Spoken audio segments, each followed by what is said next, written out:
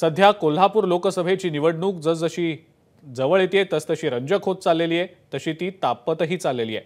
काँग्रेसचे नेते सतेज पाटील यांनी मुख्यमंत्री एकनाथ शिंदे यांच्यावर टीका केलेली आहे। मुख्यमंत्री सगळ्या गोष्टी सोडून कोल्हापुरात बसलेले आहेत, याचं कारण कळत नाही असं थेट सतेज पाटील यांनी म्हटलेलं आहे। शाहू महाराज आणि शिवाजी महाराजांच्या विचाराला ते विरोध का करतायत हे कळत नाही। आता जनतेनं निवडणूक हातात घेतलेली आहे असंही सतेज पाटील यांनी म्हटलंय।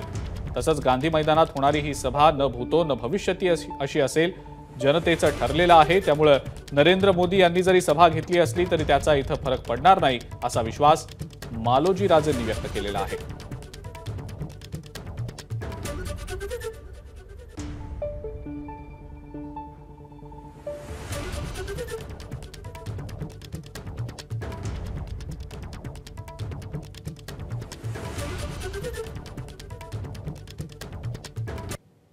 शाहू महाराज जी ज्यावेळी उभारले त्यावेळी आम्हाला अपेक्षा होती की एवढं प्रेस्टीज भाजपकडून होणार नाही आणि छत्रपती शिवाजी महाराजांचा, राजश्री शाहू महाराजांचा विचार दिल्लीमध्ये पोचला पाहिजे ही सामान्य जनतेची इच्छा आहे आणि त्या इच्छेला अनुसरून पुढून देखील काही गोष्टी होतील अशी अपेक्षा होती। परंतु आता आपण बघतोय की सगळं सोडून ते इथं बसलेत। मला का कळत नाही की एवढा विरोध शिवाजी महाराजांच्या विचाराला, शाहू महाराजांच्या विचाराला ते का करतायत हा प्रश्न निश्चितपणे आहे। परंतु मी म्हटलं तसं जनतेनंही निवडणूक हातात घेतलेली आहे आणि कोल्हापूरची जनता सुज्ञ आहे, नेमक्या दिशेला कुठल्या जायचं हे लोकांना कळतं।